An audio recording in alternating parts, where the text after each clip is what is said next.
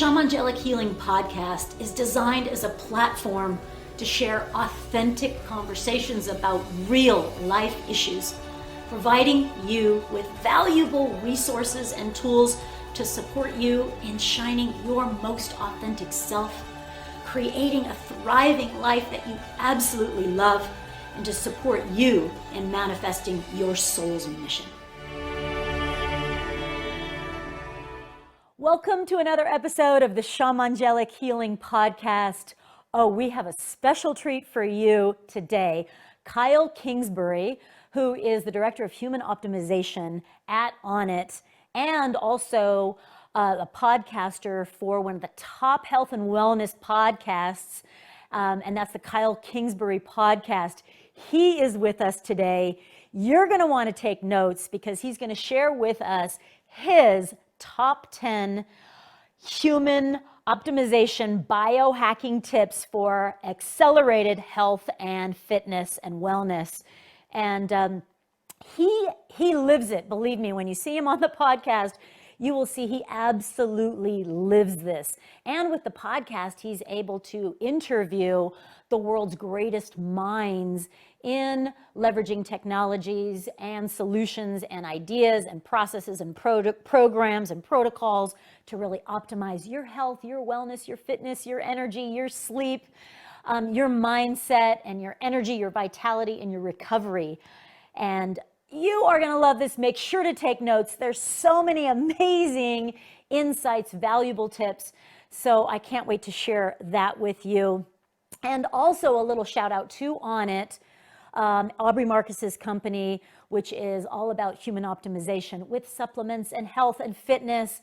So we'll put the link in the bio with all of that. But I wanted to share two of my favorite products from Onnit that I don't go without every day. Alpha Brain, definitely. For me, especially with a podcast like this and all of the health and healing practices that I have with my clients, I need to keep mental focus and mental clarity on track. Alpha Brain, I've been on this for years too, every morning. So we're going to give you a discount code for that. And also at night, because like you, I'm so active with my everyday busyness in the mind, my nervous system and physical body taxed daily. And so to help deepen my sleep, New Mood wouldn't be without it too at night. So go to onnit.com, that's ONNIT.com, and use the code Anahata, ANAHATA, at checkout to get 10% discount on supplements and nutrition products. The other thing I would love to invite you to is to join me for a 7-day free clarity challenge. That's happening November 13th through the 17th. I'm going to guide you online through a 7-day clarity challenge, each day a different activity and a different activity to make sure that you are optimizing your clarity, where you're at, where you're going, what's in the way, how to get there, what do you got to leave behind, and what do you got to take with you and implement so that you're setting yourself up for an optimized, accelerated 2020.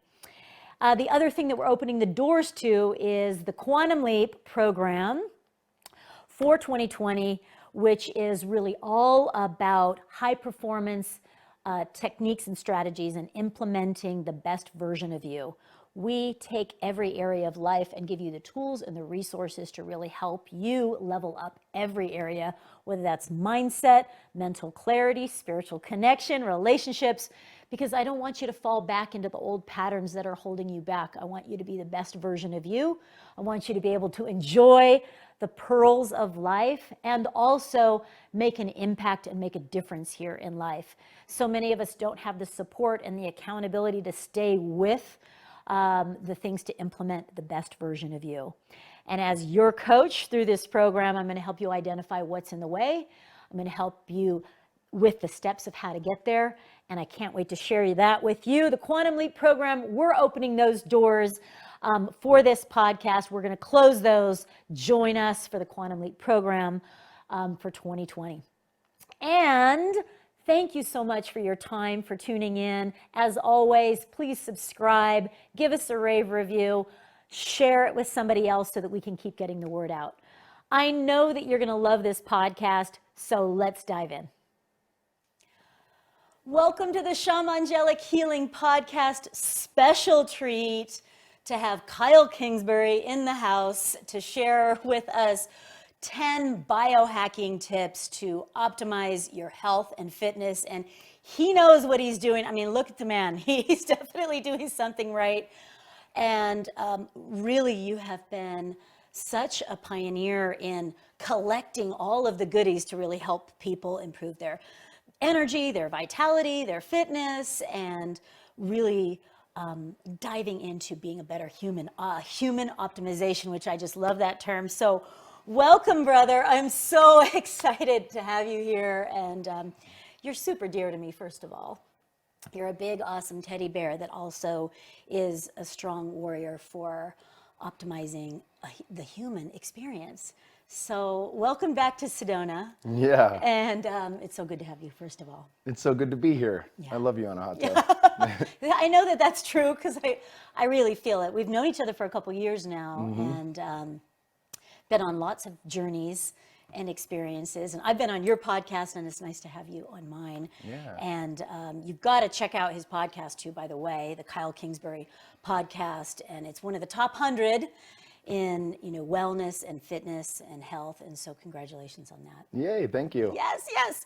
So first of all, like, what is this, like, I've heard this term with Onnit, associated with Onnit, of human optimization. So I love this idea, and can you just share with our audience, and this is for just everyday people learning, like, how can I be a better human? So can you share with what is human optimization? Yeah, that's Onnit's tagline, total human optimization. And my job there is director of human optimization, which is, it's kind of a funny title, but it's a very broad lens to look through. Yeah. And I think it's really just about living each day a little bit better than we did previous. And that's different for every person. Yeah. For people who maybe don't have their health in order, that's going to be the number one priority. For people who are fit and feel good and have energy, but maybe they can't quiet the monkey mind, then there's going to be some different tips and tricks for them. Yeah.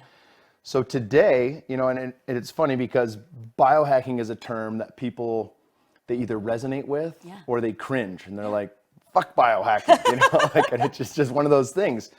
And I think we think of, we might have a picture in our mind of what that is. Like, I'm on a vibe plate with blue blocker glasses and a Juve light and all this other stuff. And it doesn't really have to be that, So some of these are definitely biohacks. Some of these are going to be more in the lens of life hacks, right? And because they're all just ways that we can optimize our experience. So I think we have a lot to cover here. I tried to narrow it down to 10 of them that I think are the most important. And there's going to be some high-tech versions and some very low-tech, easy, low-hanging fruit that anybody can use to optimize. I think it's valuable that, one of the things that's really cool is that fitness and health and empowerment are all kind of, and wellness are really starting to intersect. And there's ways to leverage science to give you biofeedback or to help amplify something. And there's also just some basic things that everyday experiences that are simple, that you don't have to spend $7,000 getting some technology equipment. Those can help in the right situations if used properly. But I think that there's also really some fundamental, simple things that everybody can do that are not expensive, that they're actually free, And so I knew you were the right person to make this simple and easy to implement, to improve your sleep and your energy and mental clarity and your ability to have the energy to do the things you love, whether that's a better parent or your passions in life, more play, or your service, what your soul is called here to do, your mission. So, and thank you for doing a lot of this research. And I know that you're like a test monkey too, to try a bunch of this I'm the guinea pig at the you office are, for sure.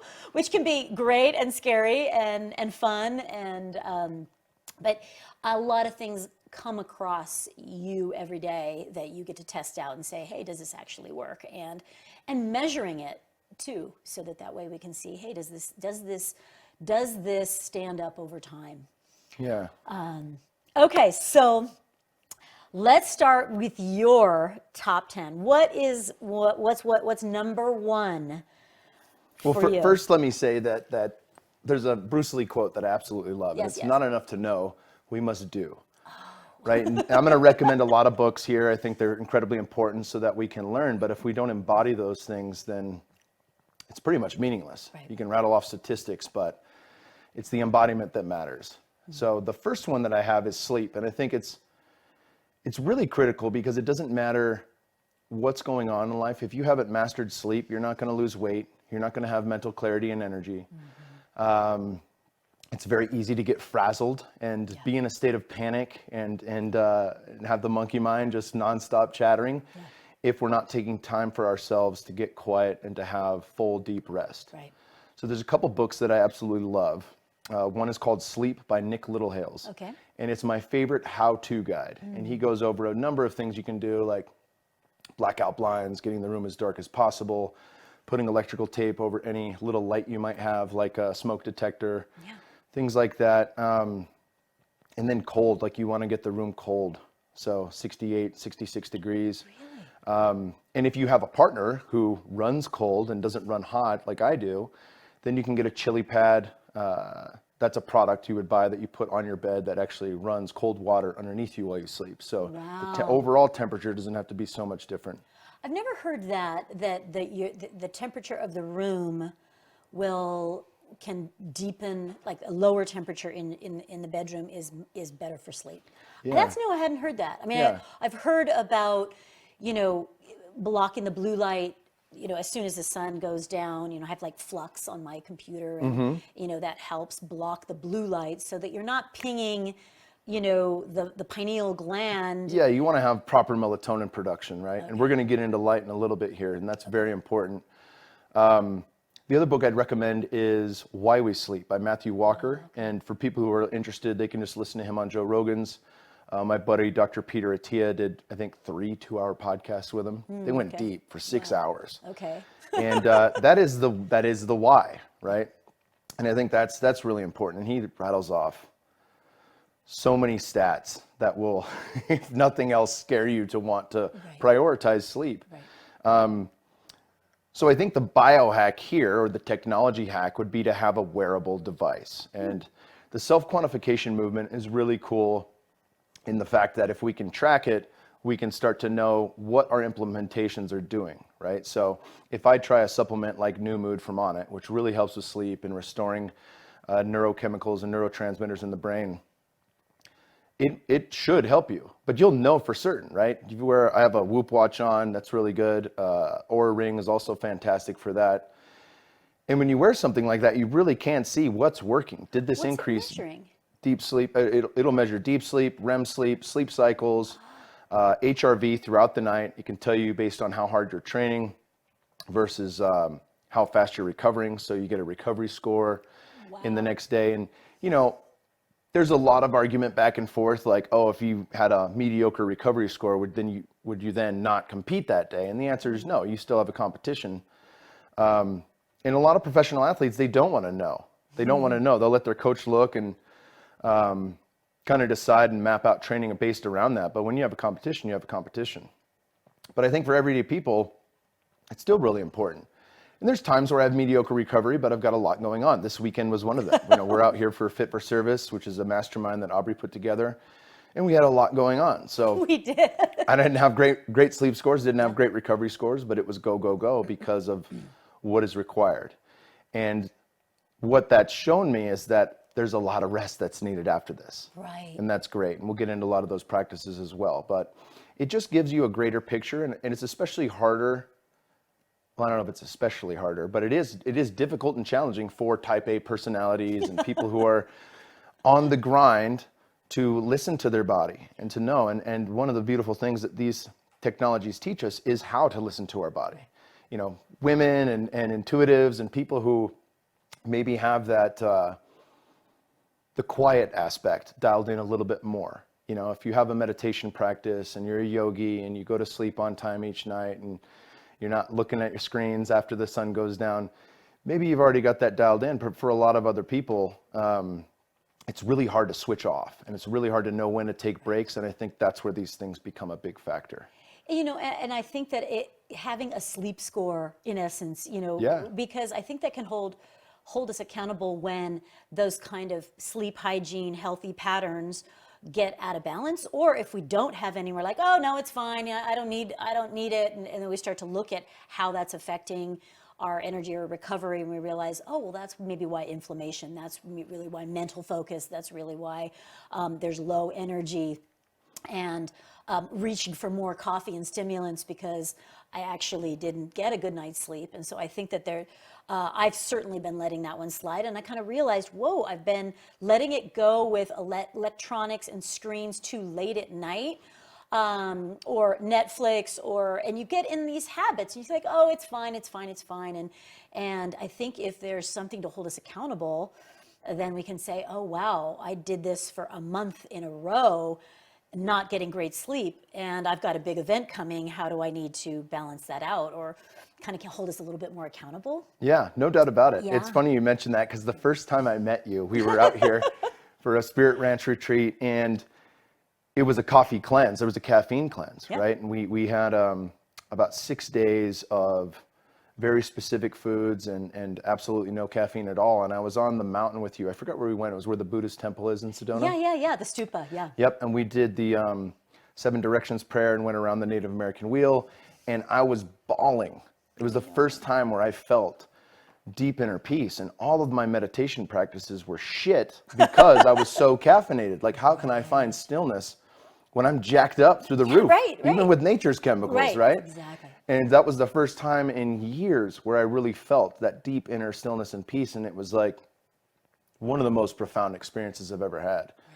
And so now it's great that I have, you know, technology like this, where even though I have much better practices around sleep, it's for sure a reminder for me to know when to pump the brakes and to do less, right? And to have more things that are restorative.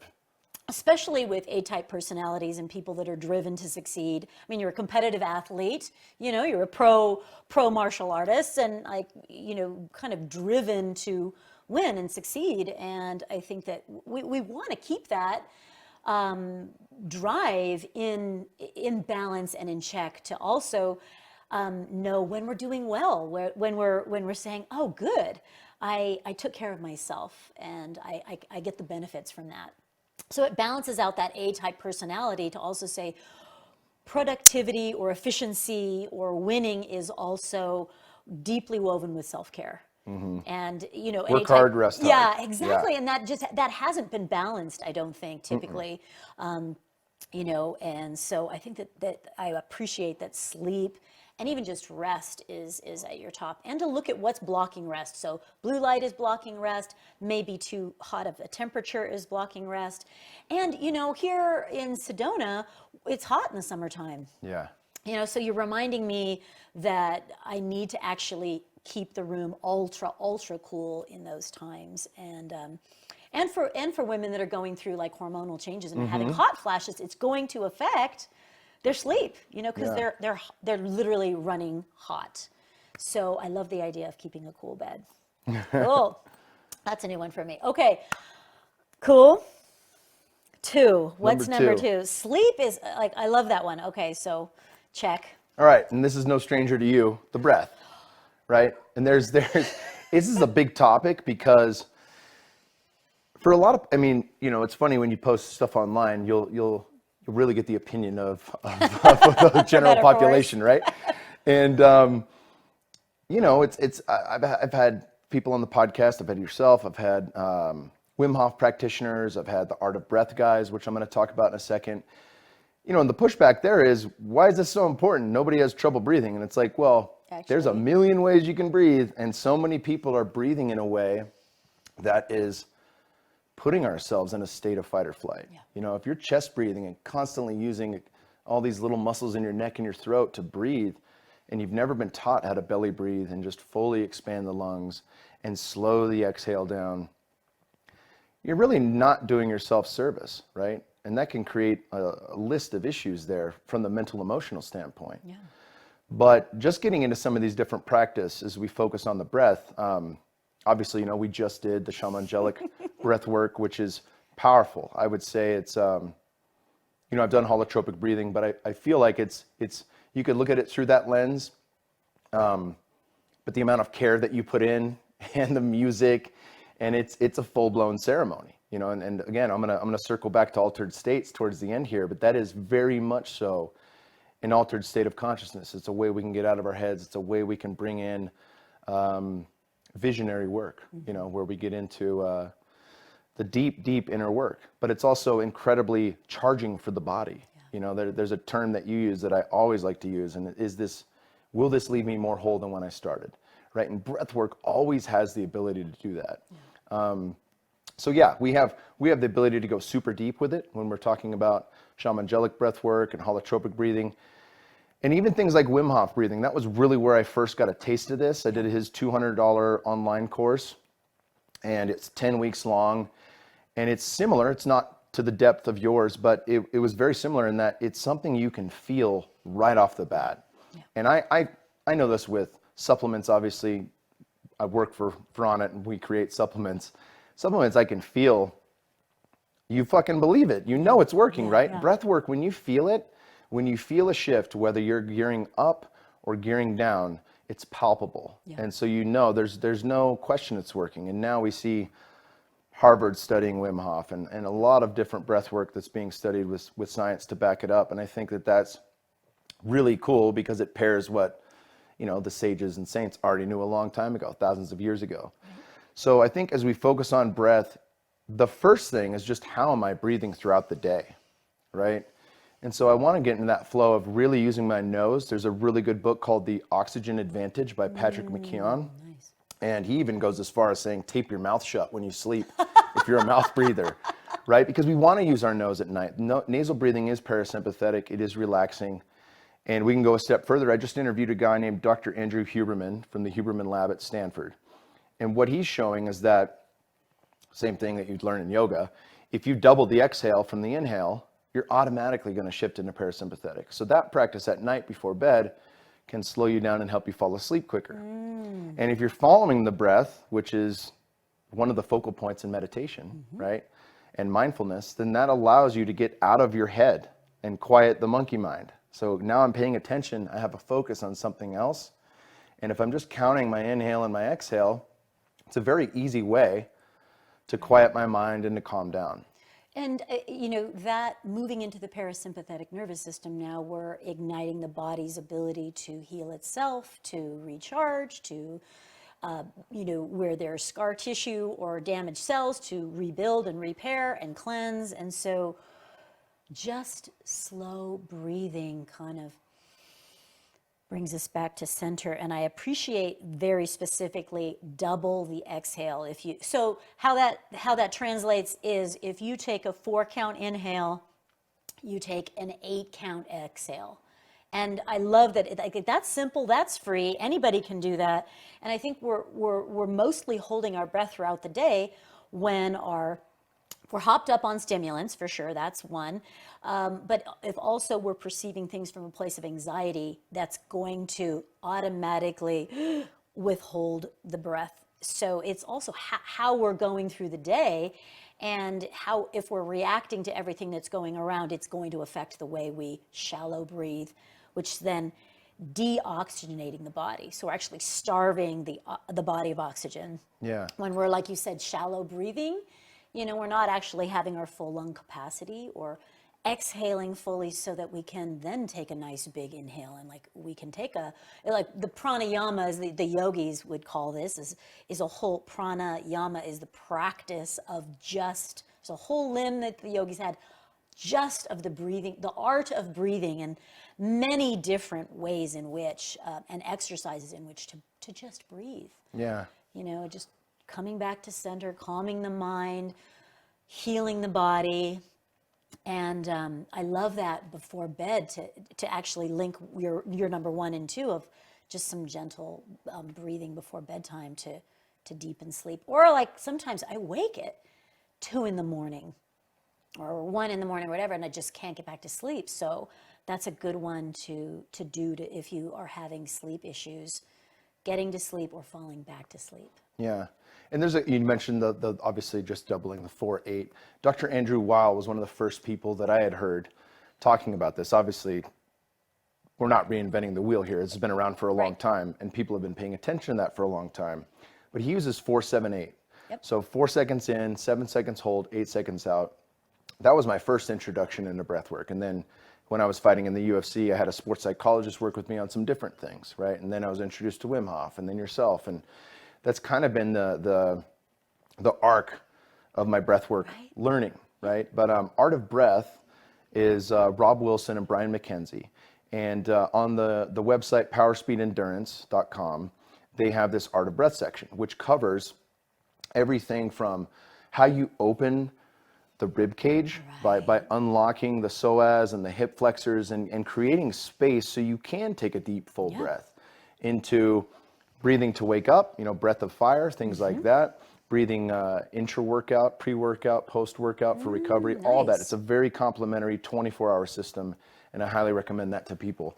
And then, of course, if you want to go deep, let's no further, right here. If you want to go deep, I highly recommend that as well. So I think those are all really important and beautiful practices, and I'll layer that shit all day long. Yeah, like I'm driving Bear to school in the morning and I'm doing breath of fire, and sometimes you'll join me. He'll just start. He'll close his mouth and I can hear his little nose going in the background. Yeah. I like when I do the breath of fire, it's just Kapalabhati, which means like skull shining or mind clearing breath. So I like to do that before I go into meditation. So you're just kind of pulsing out of your nose only, really fast, pulling up on your diaphragm. And I do that breath of fire and then an inhale and hold it up at the top and then a slow exhale. And that really primes me for my meditations to go deeper. Yeah. And it just quiets the mind. So I like that. I'm really happy you said that. I think a lot of people, and myself included, when they try to meditate, it feels forced or it feels like you can't get out of your mind. And the reason is we're carrying around a lot of energy, right? We've got shit going on and you have to release that energy. And breath of fire is a beautiful way to dump that. It's a purge, and that allows us to get still. Yoga is only the physical part of it. It's the only thing that we really understand in the West. And why did they do that? They did that to move that energy out so they could sit still and drop in deeply. Right. I do a lot of walking meditations where, and I think that'll come up. Yeah, it's going to come up in number 6. So walking, it's like, please tell me I didn't leave that off. If I walk and I contemplate, it's a lot easier to get still. It's a lot easier to get quiet because I've actually physically moved my body. I've paid attention to my breath, and I've moved some of that energy out so I can get quiet. Good. Fantastic. So breathing, and there's lots of different types of breathing. So thank you for giving us a full spectrum of that. Those are 2 delicious ones right off the bat that if you just implemented those 2, you're going to start feeling a lot different. So what's number 3? Number 3, we have light. So obviously, absolutely paramount. If you think about these things that we're talking about today, they're only an issue because of our modern world. Yeah. Right? They never were an issue before. We're living in, nature without all of these, artificial. And we would go from, now we go from our box, the home, to the car, to the office, back to the car, back to home. And we're rarely outside. And sunlight is absolutely fantastic. And there's I get a lot of pushback from this because of people who have fair skin and maybe they're closer to the poles or their ancestors are closer to the poles. If you burn really easily, that's okay. The morning light and the evening light are going to give you a lot of infrared and red light, which is critical for the mitochondria. It's also critical for resetting our circadian rhythm, right? So if you can, you combine these practices, and Aubrey talks about this in On the Day on Your Life. His morning routine is to have a very tall glass of room temperature water with some sea salt or Himalayan salt, and to get outside and have a morning movement practice with that sun coming up. Yep. Right? And we all have solar panels. So getting as much of that that's legally exposable outside, right? It's important to pay attention to whatever laws you have.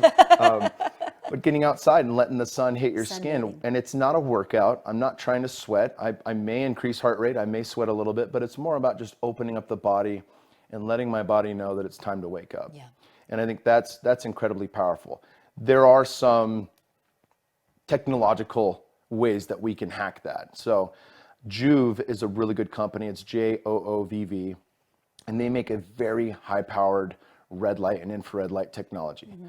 So I use that pretty much daily. I mean, I have a cold bath, and we're going to talk about that soon. I'll do the cold bath, and then I'll do 10 minutes each side with the Joovv. If I can, I'll get out early enough to actually watch the sunrise and do some sun gazing for about 20 or 30 minutes. Yeah, HRM, who's like one of the leaders, pioneers of sun gazing, and I think it's even like sungazing.com or whatever, but you know, he's like, look, this is the most affordable doctor, and it's free. He says, oh, and it's free for you. You just look at the sun, it's free. And there's a way to do that, of like sun gazing is super powerful, so that you get that going right into the eyes first, the first 10 minutes or the last 10 minutes of the day. Initially, we're not looking directly at the sun, you know, at noon. Yeah, the highest amount of ultraviolet light is above. When it's coming off the horizon, you're getting very, very small amounts of ultraviolet. And you let it filter in your eyes, and then it's going into all of the organs, and you know, just incredible tools. So sunlight, and also like at the end of the day, then turn down all of the artificial light. You know, when you're talking about light, so also as it goes into your circadian rhythms, is then now step back from light so that you can honor the body's reset. So light, sun gazing, which can happen at sunrise or sunset, and then just sunbathing, just getting your skin exposed to the sun. I know I love sunbathing, but I can't do that here in the middle of the hot sun when it's super hot, so earlier in the day. Yeah, exactly. Every time of year you have the ability to get sunlight, direct sunlight, and that's going to have a positive impact on your mood, on your energy, and just your overall health. Right, vitamin D also. So we mentioned Joovv, blue light. It's great for waking us up.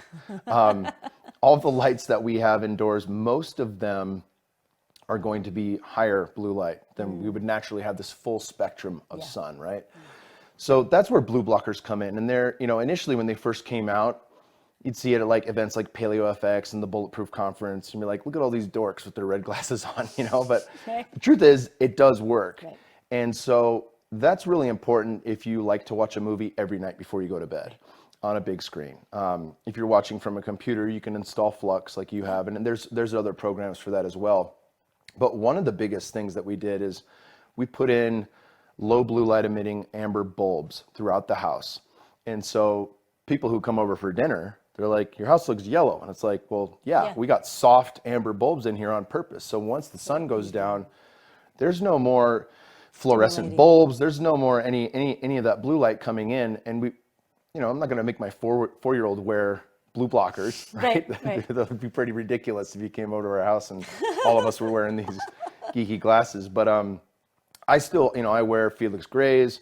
Rao Optics is a really good company as well. So those are options available. But I think the bulbs are like 20 or 30 bucks on Amazon. Good Sense is the bulb that we use. And everyone I'm mentioning outside of Onnit, I have no affiliation with. So not here pitching every product that I'm a part of. No, but it's just to learn that there's resources out there to kind of help you support, especially if you're in a city, or like, you know, my son lives in Portland, you know, and he doesn't get a lot of sunlight. And that would be really valuable for some of these technologies to help getting some of that morning sun, because he's not getting it necessarily in January. And Joovv's beautiful for that. If you live in an area where, especially as you get closer to the poles, where you might have 20 hours of sunlight in the summer and 4 in the winter, having something like that's incredible. And there's a lot of science that shows it can cure seasonal affective disorder, right? Is where we're not getting enough light, and our body demands that, because we all started close to the equator, right? We have this amazing ability to adapt to our environment, but even still, people can get extremely depressed when they're absent of that light that we need to survive, right? And it definitely affects brain chemistry and mood. And okay, that's number 3, light. What's number 4? Number 4, we have fasting. You know, part of me wanted to talk about diet and nutrition. It's an absolutely critical piece of this. Obviously, There's a lot of back and forth on what works and what's right for everybody, and that's an entire conversation on its own. But I can tell you right now that having some form of fasting and intermittent fasting is applicable to every human on the planet. It works for every human on the planet, and it's necessary for every human on the planet, because the one thing that's consistent is that we now have access in a way that we never had access before. And to constantly have a stream of food coming in, it's not how we were designed. Our ancestors went with food and then without food. Feast and famine was the way it was. It's like, okay, here comes hunting season or harvesting season from the crops. And then it's like, okay, now we go without, or just foraging for just wild greens, or there's gaps in between, which gives the body the chance to reset from all of it's like been this chronic feasting. It has. It's just feast after feast after feast. It's like, it's not just the holidays anymore. Yeah. It's just all year round. It is year round. So periodic fasting and periodic cleansing. So so when you're saying fasting, you're saying taking a break from all food? Yeah, I'm talking about just water. Just and there's a water. fantastic book called The Complete Guide to Fasting by Dr. Jason Fung and Jimmy Moore.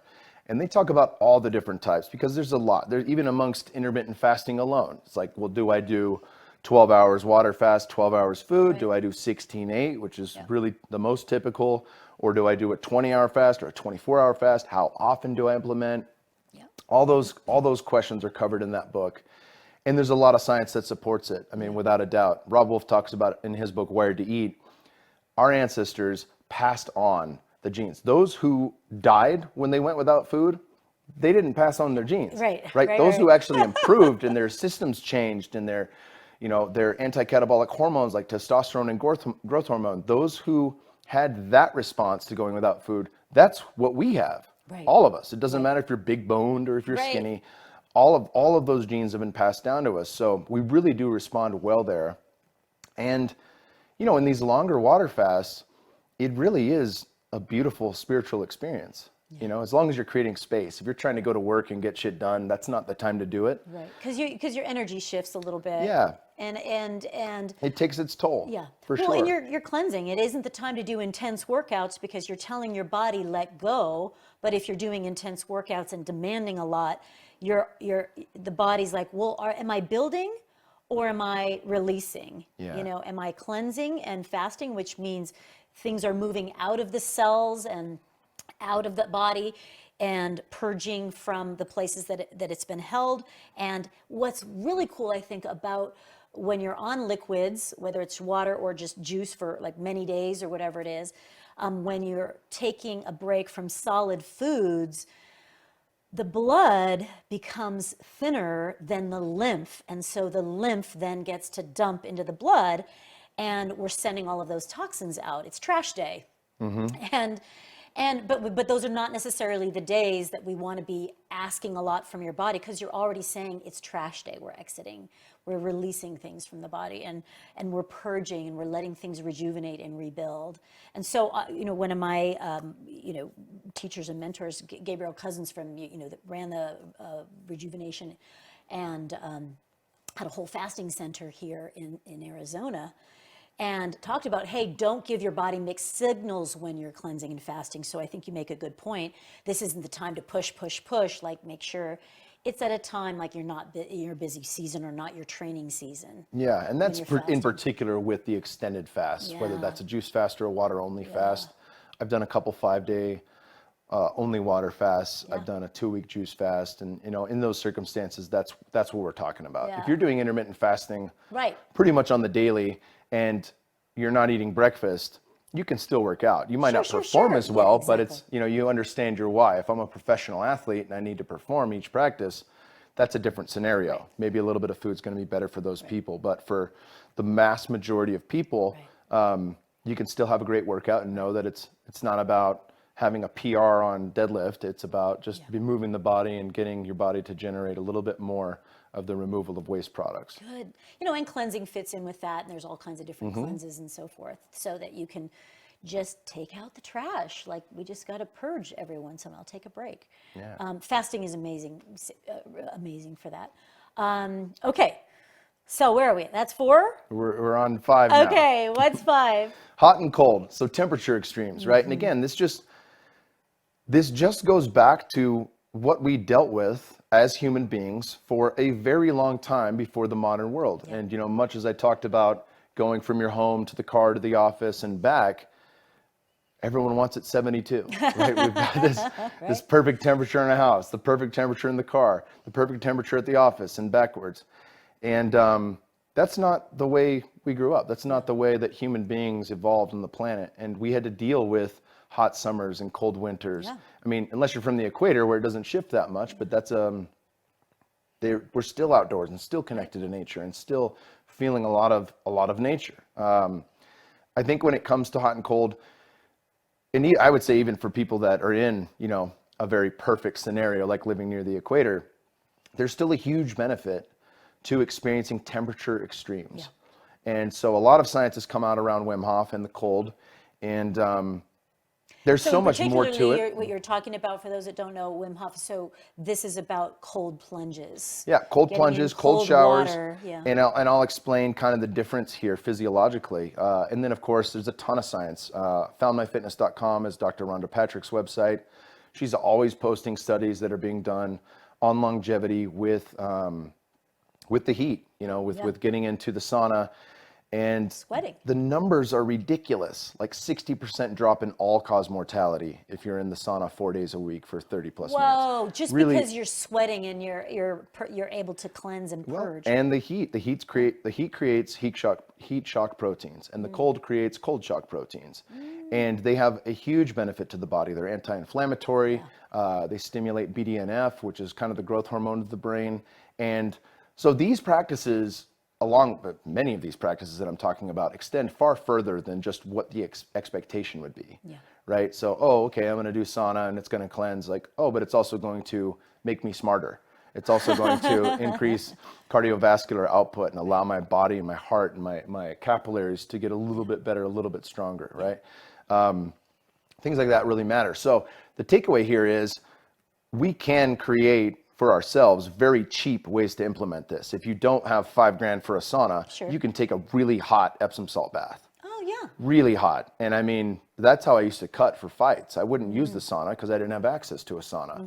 So I'd get in a really hot bath and I would sweat that way. And I'd do it all throughout training camp. And then fight week in the hotel, it's not guaranteed. You're fighting in different places. It's not guaranteed that I'm gonna have access to a sauna, but I always had access to a bath. Nice. So I do the hot bath. That's going to work the exact same way. You're going to get heat shock proteins. You're going to sweat a lot and cleanse a lot. There is benefit to things like the infrared sauna, just due to the fact that you're then getting that light therapy that we talked about. Far infrared, yeah. And then if you can't afford it, one of the best DIY things you can do is to buy a chest freezer from Home Depot. They'll deliver it right to your door. You use a little caulking to seal it and make sure that nothing's going to come out. Fill it full of water. We use food grade hydrogen peroxide, about 16 ounces, and some Epsom salt. And as long as you shower before you get in, that water is going to stay clean for 3 months. And I only have to change it out every quarter. Yeah. And I got a big one because I'm a big guy, so like 21 cubic feet. But most people can get away with much smaller, 5.5 cubic feet, 7.5 cubic feet. And, it's under $500, but I never have to spend money on ice again. Right, because that's what I've been doing is I'm like, okay, here's, I just, I get ice and put it in my bathtub. Yeah, and that was running me 60 to 80 bucks. I'm sure if you're doing fucking a lot. session, right? You try to do that 2 or 3 days a week, it's going to add up. And the beautiful thing about the chest freezer is I don't have to leave that in all the time. I plug it in for maybe 6 hours, 3 days a week, and it's going to hover right in between 38 and 42 degrees. So you don't plug it in all the time. No. A little bit before you take your plunge. Yeah, and it'll last like that for 48 hours. Then I'll plug it in again when it starts getting a little bit warm. Wonderful. And there's a wide range there of benefit. If I'm in a 55-degree water and I'm in for 15 minutes to an hour, there's going to be benefit there to the mitochondria. There's going to be benefit to my brain. There's going to be benefit for longevity. And inflammation, isn't that inflammation like a as well. big one? Big time. Too, with inflammation. And as I drop that temperature, it's similar to, I like to give analogies around weight training because I love weight training. But, if I squat the bar for 1,000 reps, I'm going to be sore. Sure. If I have a 500-pound max effort squat where my body thinks it could die in this situation, that's going to create a lot more physiological change and adaptation, because I might die, right? And even if I'm not going to die no matter what in that squat, and I have spotters and all those things, the body recognizes this as a life and, life-altering experience, right? It's a big time threat. Same thing goes for running. Long, slow, nasal breathing running is very good. But if I'm running hill repeats as hard as I possibly can, like my body thinks I'm outrunning a tiger, right? Even though the tiger would always catch me in real life, if my body thinks that, it's going to create rapid changes to the body. Right. So if I can get the cold tub even colder and get it around 35, I might only stay in there for a minute to 3 minutes, or maybe 5 max. But that's going to create a lot of change very quickly. Right. So it's a really good when you're doing a super hard workout, or like I like to hike the big mountains here, and then the next day, like when the one I did earlier this year was in 12,600 in Mount Humphreys, and it was a 16-mile hike and 4,000 elevation up and down. Like, I'm gonna feel it the next day and the next day. And so I did an ice bath, when I got home, for sure, but I could have done it even colder, and I could have done it again the next morning to make that a little bit less stiff legs. For sure, cold bath. I love the reminder about sweats, for sure, sweating. Well, and the skin is the largest eliminative organ, so especially when we're doing the cleansing and fasting, like you said earlier, having a sweat during that time to eliminate the toxins, accelerate the cleansing process is great. So those are where those fit together. And for sure, cold plunges I've been adding that in, and it's been really making a difference. And I can feel when I don't, I see the difference as well. Yeah. So thank you for that, and for giving us the specs on, hey, go get this freezer, here's how you do it. So that's really helpful. Okay, we've got so much more to cover. What else? What's next? Let's see here. Movement. Obviously, this is, I know, we're both laughing like. It doesn't, obviously, it's just one of those obvious things, right? I think the thing that's not so obvious is that we think that we can sit at home while we eat, sit in the car, sit while we're at the office, sit on the way back, and then go kill ourselves for an hour at 24-hour fitness, and that's our fitness, right? And that, again, if we look back in time, that's not how we did it, right? We weren't necessarily crushing it with weightlifting for an hour, but we were moving all day long. And then maybe once a week we go on the big hunt, and we come back, and the hunt itself takes a lot out of you. That is the high intensity interval. Right. And from there you have the heavy weight training, lugging back that animal, right? Yeah. So you think about that, we're moving consistently throughout the day, and then we have periodically this very hard activity. That's not what we're doing right now, right? And even when I was a professional athlete, I would work out 2 or 3 times a day, but I wasn't doing shit in between. I was laying on my ass trying to recover from that, right? So one of the biggest things that I've done now is I walk as often as I can. And there's a lot of other people in the health and wellness space that are talking about this, and it seems so elementary, but even Mark Bell, who is a power lifter and a bodybuilder and a number of other things, he talks about his 10-minute walks. So these are just little, what I think our dear, brother Josh Trent says, movement snacks. And I love that idea of just stepping back from the computer and just, taking a 10-minute walk or 20-minute walk, or just a little bit of movement, hop on the rebound, or do something, even if it's just a little movement throughout the day, because we are sitting, for different parts of our life, and or if we're on a long plane or whatever. And so just little bits of movement and walking. Like, it doesn't have to be 16-mile hike. It doesn't have to be total fitness intensity. And I think that reminder to just get little things in when you can. Yeah. And so there was a guy that I learned from named Pavel Tatsulin, who's one of the first, he's a Russian guy, one of the first to bring over kettlebells to the US. And he has this concept called greasing the groove. So if you don't have an hour to work out, you can do 10 push-ups every hour. And if you do that enough, you're going to knock out quite a few push-ups by the end of the day, right? And so you can layer those practices in. I'll do the same with meditation. If I don't have an hour to devote to it, I will take 5 every time I have the chance, right? And if I can get up in the morning and walk with my shirt off, I'm killing many birds with one stone. I'm getting my morning light. I'm focused on my breathing. I'm warming the body up with light exercise. Oxygen, all that good stuff. And I'll walk, it's a 1 mile loop around Onnit, and I'm very fortunate to have a gym where I work and also to not have to be at my desk. But I'll walk first thing in the morning, and I'll take a 1 to 3 mile walk during the day. Yeah. Some of that's contemplation, some of it's a walking meditation. Sometimes I'm just listening to Audible and bringing information in, right? I love it. And then I'll walk at the end of the day. But there's 3 times a day that I'm trickling that in, and that's outside of whatever workout I have planned. And it's incredibly important when I'm not working out. Like when you're banged up, the best thing to do is not sit on your ass. The best thing to do is to walk and let that metabolic waste move through your body. Right. Super good. I think, our bodies are meant to move. They're not meant to be sedentary. And, you're visiting my house today. I'm like, oh, there's my rebounder. And I'm like, it probably works better when I use it. Like my yoga mat, like a gym membership. For those of you listening or watching, hot tip, it works better when you actually use those things, those kettlebells, and you can't just use your body weight. You can just take a walk in your neighborhood. So nobody really has excuses at this point because we all have access.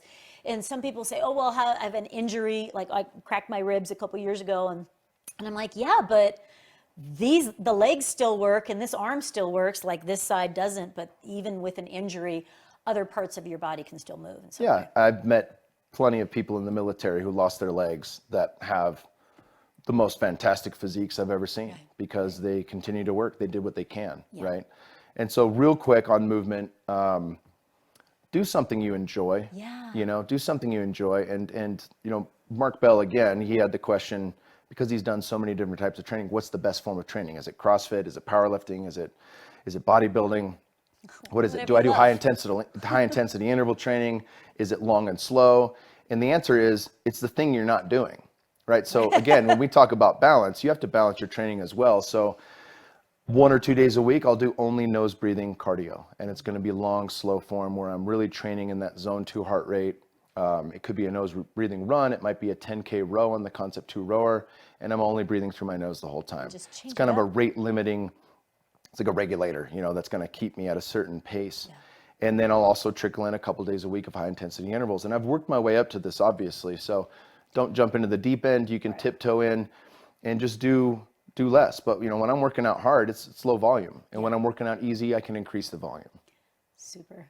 And do what you love. I love to hear that, because whether that's the natives are like, they're dancing around the fire. Like, if that's your thing, if it's dance, if it's hiking, whatever you love. That's what you'll stick to. Enjoy it. Right? That's what you're going to you'll stick do. to. That's what you'll do. Okay, what's next? All right, we talked movement. All right, this one gets its own category. It kind of goes in with some of the other ones, but it's just float tanks. Float tanks they're an absolute game changer. Again, this is a non-medicine tool, when we talk about altered states, which I'll definitely pick that back up there. But floating is such a powerful thing because we're constantly inundated with external, right? Stimulation, Stuff is coming in, whether it's light or people talking to you or work. Even in our own minds, we create the external through thought, through arguing with ourselves and talking to ourselves. And the barrage of shit that comes in, that's taking up a lot of bandwidth. It's taking up a lot of space in our consciousness. And when we get in a float, we've eliminated light, we've eliminated sound, we've eliminated gravity for the most part, right? Yeah. And because of the temperature in there, you start to not feel your skin. Right?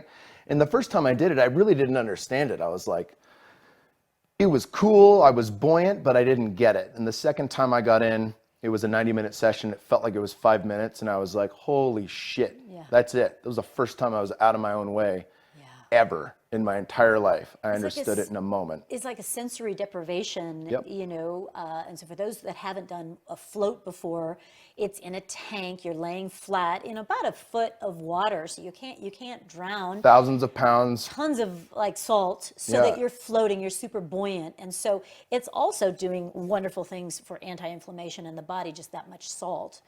But that ability to just float, release the density, the gravity, and also just like the sensory deprivation, the yogis call it pratyahara, is to withdraw the senses from the external world of stimulation that you mentioned, and how valuable that is to just withdraw and reset and quiet everything. So I love that. Float is fantastic. We have a float spa here. So like after this whole weekend and this whole week, you're reminding me to book in for that. I'm definitely going to do like 4 after this weekend for sure. Exactly. 4 in 2 weeks, man. I know you've been doing lots of ice baths. So definitely, so check out if you don't know, just find your local float spa, because you probably have one in your town or nearby. Okay, so float. What else?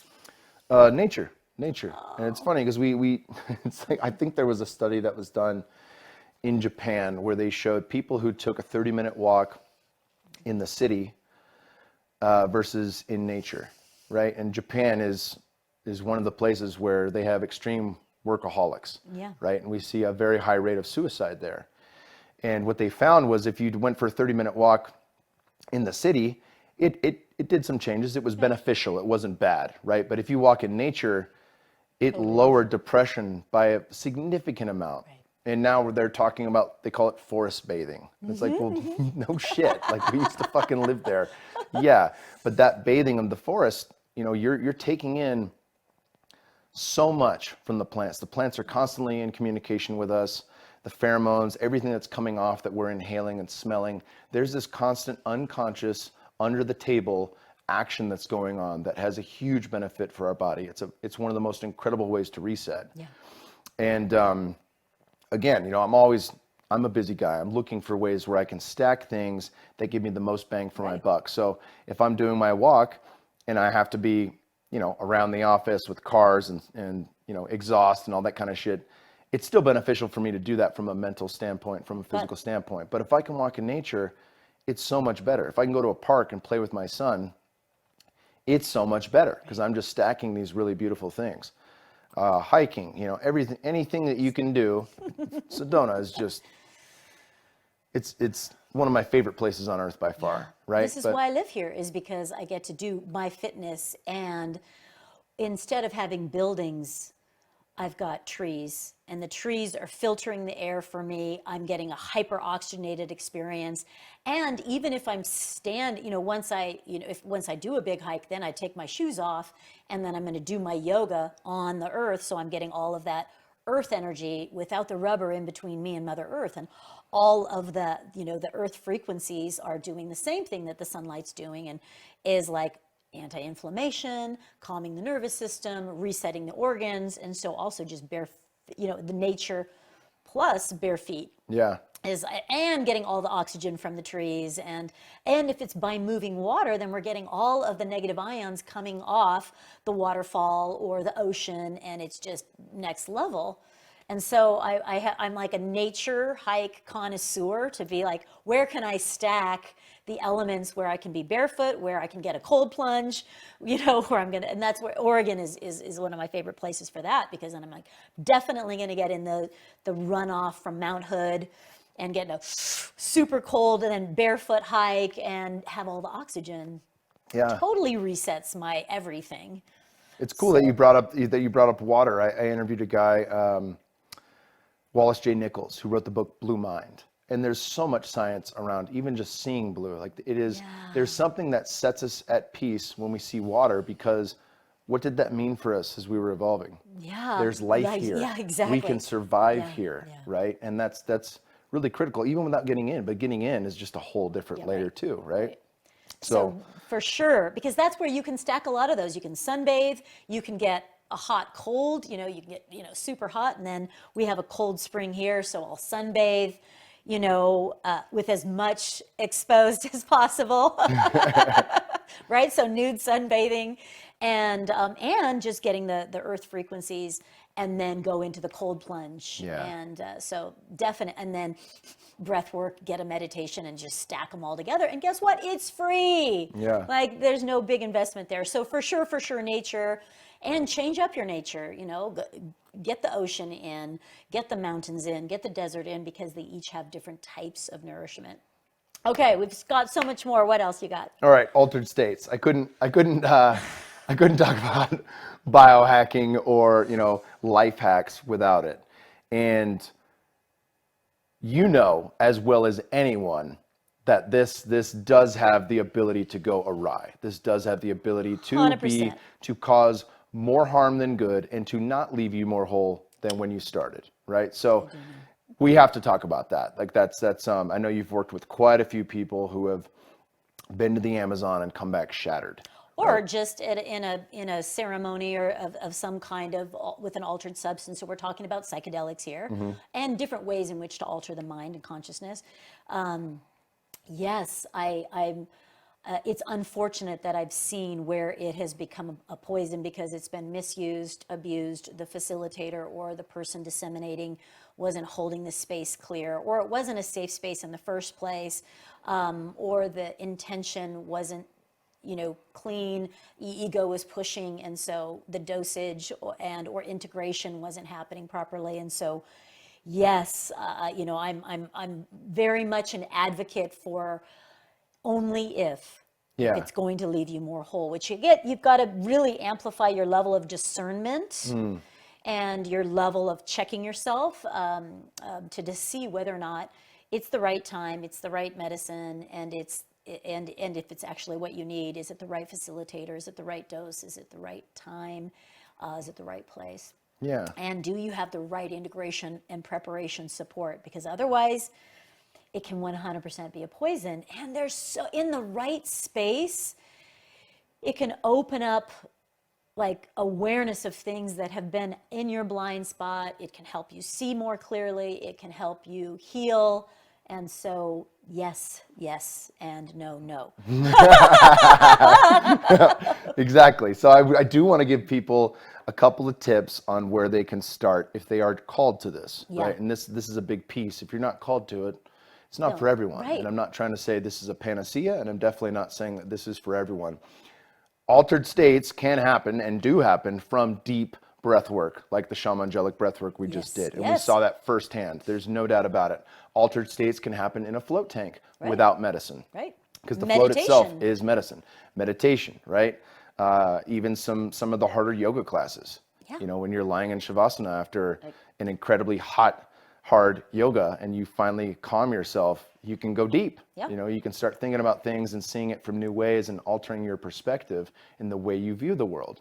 And that's the beauty of these practices, which include floating, breath work, meditation, yoga. From there, if there's an interest, I love the book, The Psychedelic Explorer's Guide by Dr. Jim Fadiman. He's been studying microdosing for 30 years. And he was in Harvard as an undergrad with Timothy Leary and Richard Alpert before he became Ram Dass. And Richard Alpert, Ram Dass was his teacher at that point, and he said, definitely study this. There's a lot here, right? And so, it's no coincidence. The guy who invented LSD, Albert Hofmann, when they asked him, what is the best way to do it? He said, be in nature. Yeah. Right? So you can combine these practices. Obviously, you do not want a ceremonial dose in public without a guide. You want to definitely have a microdose, but if you are looking to dip your feet in the shallow end, I think that's an excellent starting place.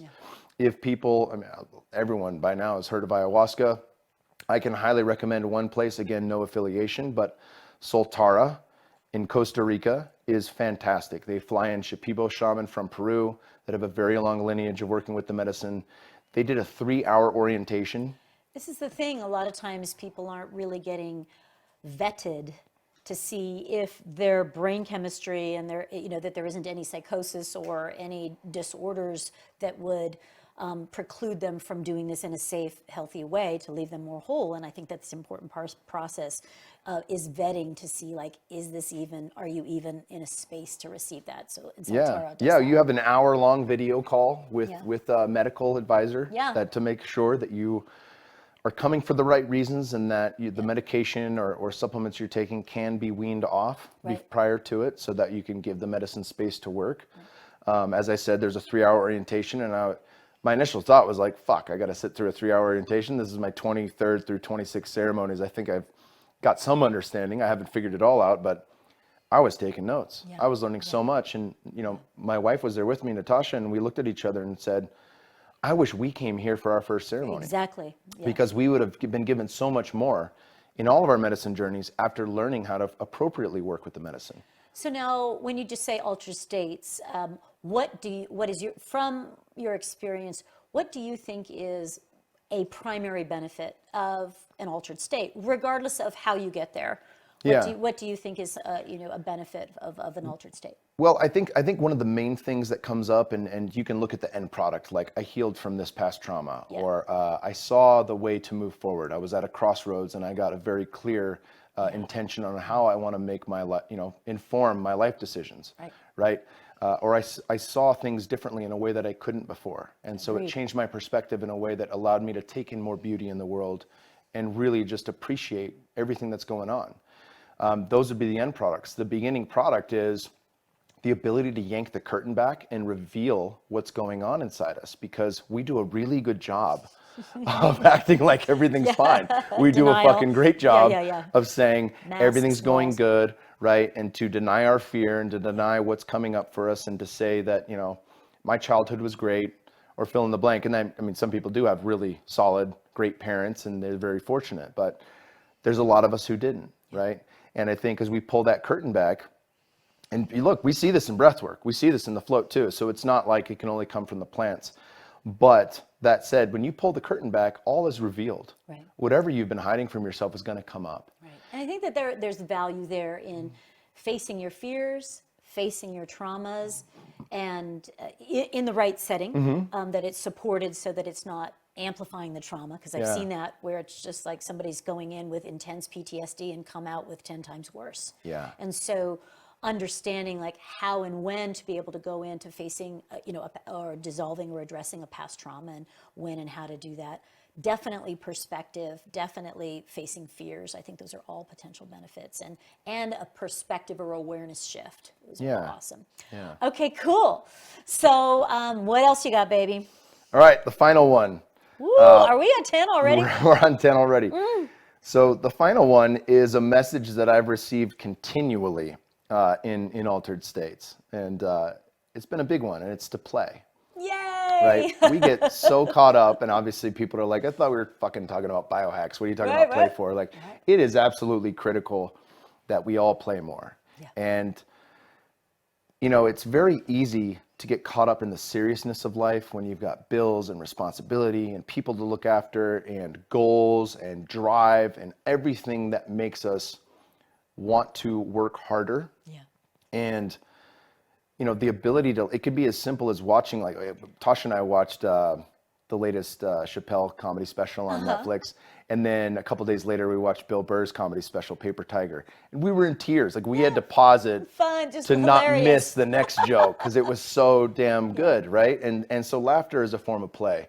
Getting out in nature and running around. We've been taking Bear to Zilker Park in Austin and setting up T-ball and just playing and sweating and running around and having a great time in nature with him, right?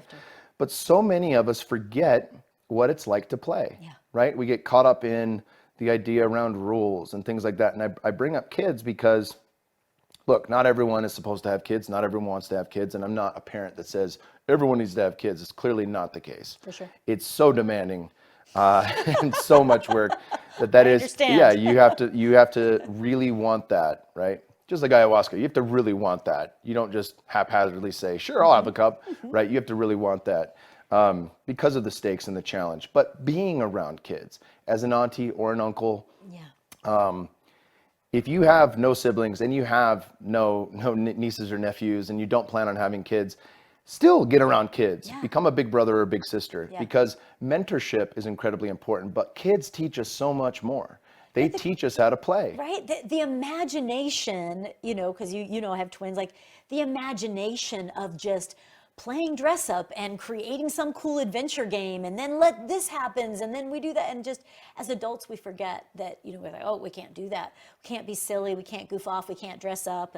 And I think that I love this one, play, because it tickles a part of us and it's a lot, in our second chakra, which is our inner child. And when we grew up and got mature and all of that, which is still a work in progress, is that we bench that, silly humor. And that's the podcast that I did with JP Sears. He's like, this is my medicine, laughter, and so valuable to bring that in because it also can just relax stress and one of the benefits is also to just elicit the chemicals that happen from the brain when we're in states of joy and laughter. It's a total different chemistry of what is happening in the body and in the brain that changes our state of a place of bliss and laughter. And that's one of the joys of the human experience, is to experience an altered state just from the bliss chemicals that are released when we're having a good time. Yeah, it's so important. I love it. I am so excited. You've got me like, oh yeah, I got to do that again. And I know some of these, but you've given me personally lots of tips of, oh yeah, I forgot that. I forgot to get, I need to get on the rebounder a little more, cool my bed a little bit more at night, and book a float, and get a ice bath freezer. I'm so grateful for everything. And you mentioned Onnit, the new mood, which is definitely one that I love. I like that one specifically as a bedtime routine. That's in daily for me. Also, Alpha Brain is a definite morning hack for me, mental clarity and mental focus. And so I want to add those in, because those are definitely ones that I use for sure, that I know you use too. And I'm so grateful for you doing all of this research, all of these books, and all of these websites, and really leaders in the industry that you've had the opportunity to either read or study with or interview on your podcast. So thank you so much, sweetie. Thank you so much. Like, it's such a blessing. You're such a beautiful, beautiful brother and soul, and you're so passionate and really leading people here to be better humans. So I love that. I love you, Anahata. Love you back, brother. Okay, so please tell everybody where they can find you. So you can find me on Instagram and Twitter at Kingsbu, Kingsbu. We just launched my website, kingsbu.com, just kingsbu.com, and onnit.com, of course, and then the podcast, Kyle Kingsbury Podcast. And you can find me at shamangelichealing.com for any way I can support you with a private healing session or a tailored retreat, a group retreat, or upcoming events that we have, online coaching or one-on-one coaching. There's lots of opportunities for me to support you in leveling up and being the best version of you. So check out the website, shamangelichealing.com. And I'm on social media at Anahata Ananda on Instagram and Facebook, and of course on YouTube as well. Please give us a rave review. Go check out his podcast. We'll be also having some links for you. All of your links will be in the podcast show notes, and we'll give you some discounts on Onnit products as well. So go to onnit.com, that's ONNIT.com, and use the code Anahata, ANAHATA, at checkout to get 10% discount on supplements and nutrition products. Thank you so much. We love when you tune in. Blessings, and go optimize your humanness. Thank you.